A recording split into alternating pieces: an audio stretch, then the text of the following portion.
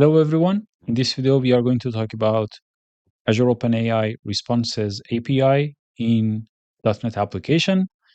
So here we will have a stateful approach when dealing with LLMs.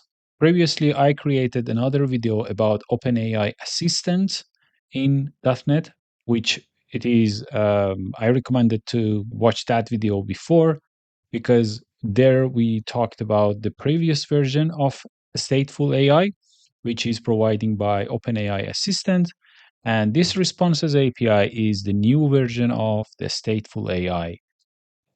So basically, if we want to talk about bringing a conversation into our web application, for example, we will have this scenario.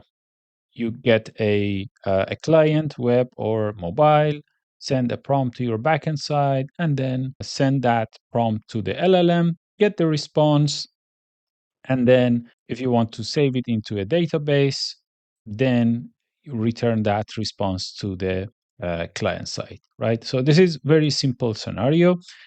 And previously, we used to use the iChat client into the .NET applications, which if we want to see it how it will be, you just need to use your endpoint for the Azure OpenAI and then the model name. You will create a new instance of Azure OpenAI client, passing the endpoint, either using the Azure credential inside the Azure services, or simply just you can pass the API key as well, get the chat client, and then start using it. The way that it will use it is just such a this kind of loop. You get the prompt from the user, put that prompt into the chat history, and then you send the chat history to the LLM. LLM will process those history of messages and then return a response for us. This is a very simple one, but as you can see, every time we need to put the message into the history, which is not a good idea. The reason for having or providing this history is iChat client, or the way that here it is using, is stateless. So that every time the LLM needs to actually provide all of these history for it, process them, remember what was before, and then just returning some response for us. So all LLMs are stateless. But using this approach will be costly for us because it will be consuming more tokens, and it's not a really production ready for us, right? So we need to have a stateful approach to give a memory to the LLM, and then LLM will understand or will remember what was the previous history of the messages. So that brings us to using Azure OpenAI responses. So let's jump into the code. Let's see what we have. So currently, I have created a Blazor application just for showing the case how it will be. I have these AI endpoint and the API key in my environment variable. You can use your own as well. So I added this Azure OpenAI client into the dependency injection, and then having this service conversation with responses AI, API. All right. I also have this assistant option, which contain this model name. This assistant AI ID, it is coming from the previous videos. So if you didn't watch, you can go and watch it. It will be using only for OpenAI assistant, not here. So we just use the model name. All right. So here is the our class, Azure Conversation with Responses API. So we need to have a OpenAI response clients. How we are creating that one? So if you can see here, I am injecting the Azure OpenAI client, right? And then just simply calling this method get OpenAI response client and then passing our model. That's it. So we created this response, right? So before that, let's just run the application. Let's see what we have. All right. So this assistant, let me just, this is the kind of a web application. You will have, imagine that you will have a web application that provides some services for the user, and then you have an agent or assistant to answering or suggesting some foods based on user mood, right? So I am the first user coming to your website and then say, "Hi, how are you?" And it will respond to us, "I am here and ready to talk about food," right? And then, "How are you feeling today?" So this is based on the instruction I gave to this assistant. We will check the code later on. And here is he's asking about the feeling, right? So if I say, "I am happy," let's see what kind of food it has. Yeah, cheesy pizza, and then the chocolate cake. That's really good when you're happy, right? All right. So, and then given that this is a web application, you will have another like user coming to your website. Let's put another name here.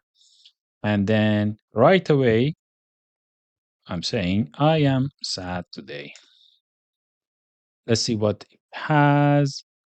Right. Okay. Warm and hearty like macaroni or cheese or something else. Right. So as you can see, this is the way that it is providing answer. And as we said before, it is stateful and remembering our conversation history. Given that user next week come to the your website again, and then choosing that site user, and then saying, let's say, uh, what was my mood? Let's see if it remembers. Yeah. So it's saying your mood is happy. So because I previously mentioned that I was happy, then it remembers, right? So let's go back to the code. Let's see what we have. So anything is in this the add message. All of this code is already on my GitHub. So you can go and check the code. I don't want to spend some time because most of these things are just for uh, doing this kind of UI, updating the UI. So, but the main piece of the code is here, right? Because the way that we are going to talk and use this response API is, first of all, providing this response item, the list of them, which is basically a list of the messages you want to send uh, to the LLM, right? So here it is just one, the last message of this history. So I always, because this is the new message from the user, I just pass the last one. I don't need to provide all of the previous one. And the way it handled, actually, so first of all, here we need to provide options for the response. Here it is the instruction.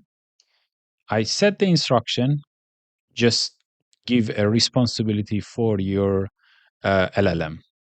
I said that you're an AI assistant that only talks about food and based on the user mood.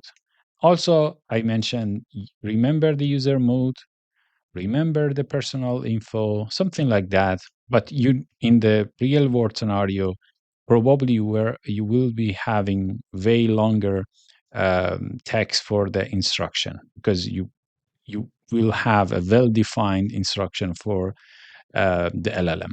All right.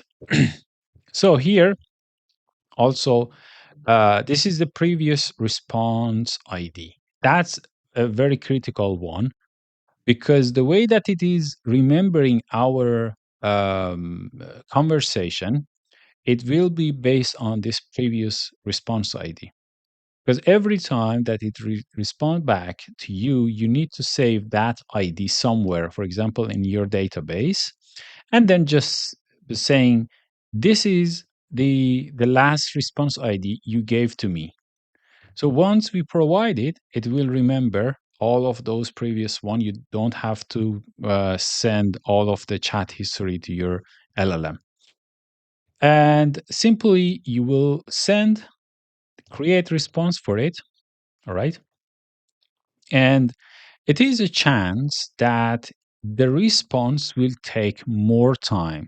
If you watch that video about the assistant by default, it returned back the run on the queue status. But here, most of the time, if it is like an easy question, right away it will send back the response for you in the status completed. So you don't need to loop over it. And then right away you can use and put the message into your chat history here, right? So if I want to say another thing, let's say my name is Said. Oh, I removed that. Probably, yeah. So let's put the breakpoint again and saying, I am excited today. So we just provide the last message of this history, right?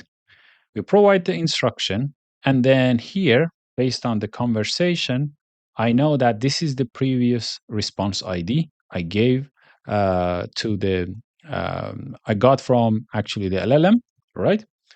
I set it to the options, and then just saying create the response. Let's see what it returned to us. So the status is completed. So I don't need to loop and then call that response again. We'll check the code here in this method later on. So basically, here it is simple. I put in my in-memory conversation list and then just set the response ID that just I got it from the LLM, right? So then in the next one, we can reuse this previous response ID to just give the LLM, this was your whole of the previous conversation memory, something like that. And then it will understand and then give it to us. So by the memory, that is like saying, that's fantastic, Said. Yeah. In my current, for example, this prompt, I didn't mention my name, right? But previous one, I did say, okay, this is my name, and now it is remembering. Yeah. So this is cool because it will understand my mood, my name.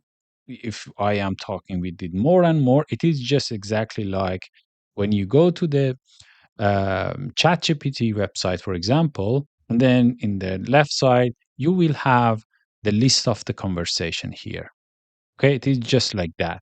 We are trying to achieve something exactly like that. All right, just as a last point here, I said if the status is not completed, we need to call that response client again to just get the response based on the ID. Because it wasn't completed, we need to give it more time to just process our prompt.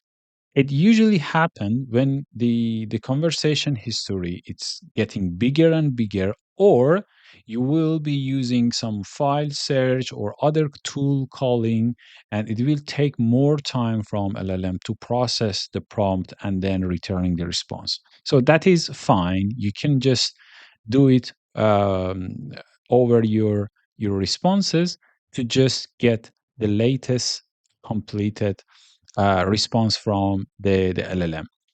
But also, there are another statuses. Probably, maybe it is failed.